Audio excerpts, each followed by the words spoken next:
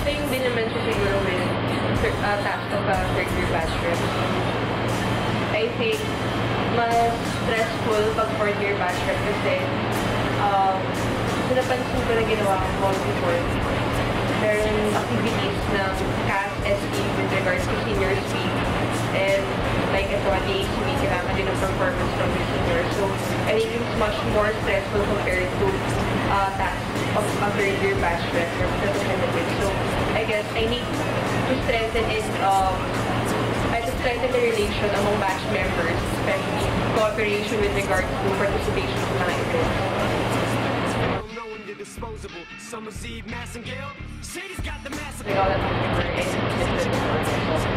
But as I have remembered sa JE interview ko, I have said na if I were to choose an organization nga na talaga mag-commit ako, it's Organs naman. Since ito naman talaga yung Organs ko before, since my first year in Manila. So, gusto ko, in-live up yung sinabi ko doon, na panindigan yung sinabi ko na I will continue to serve nga sa Organs ko. But, ibang position na lang since mas nauna yung pagiging president sa parents. So I chose yung batch rep since sabi daw nila medyo magaan yung workload but hindi pala. Pero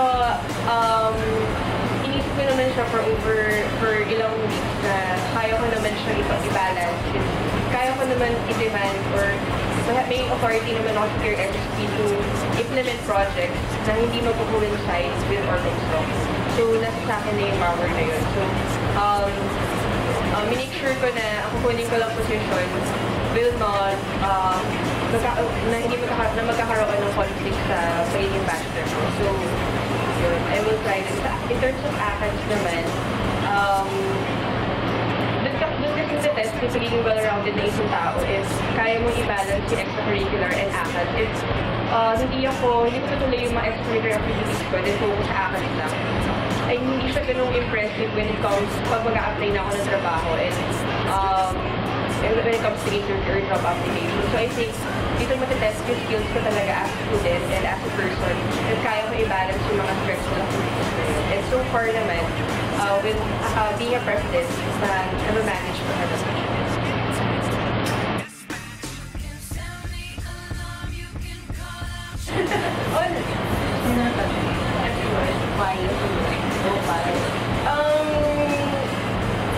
Siguro I'm like person na I'm blending to different cliques.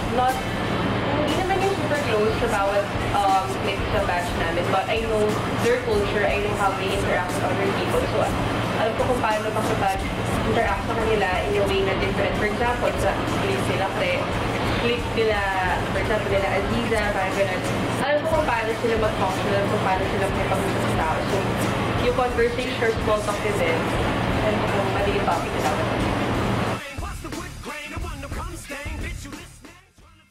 So, in my intro, I have stated there things na hindi ko kailangan talaga ng batch. For example, batch shirt. Kasi matagal lang din naman sa amin yun, hindi ko na alam ba't wala pa rin batch shirt or any batch memorabilia na meron silang remembrance when they graduate. And also, batch directory, since nagkaka-problema when it comes to cellphone numbers, getting in touch with other groupmates. And since yung batch namin kasi may culture na pagiging GC or grade conscious, so they suggested that I will implement a mini library now wherein I will get hold of copies of readings na kailangan for next year. And then I will disseminate the copies to them.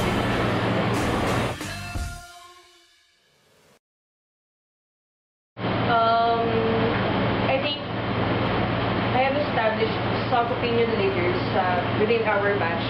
So if ever I have problems,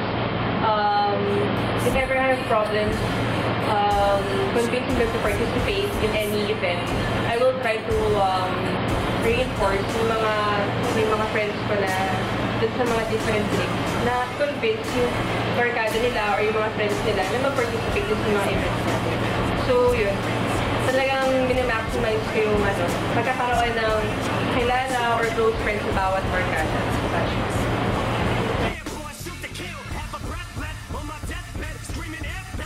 accept lang naman sila. I think, kaya ko naman sila. And, I have worked with them, sabi na yun.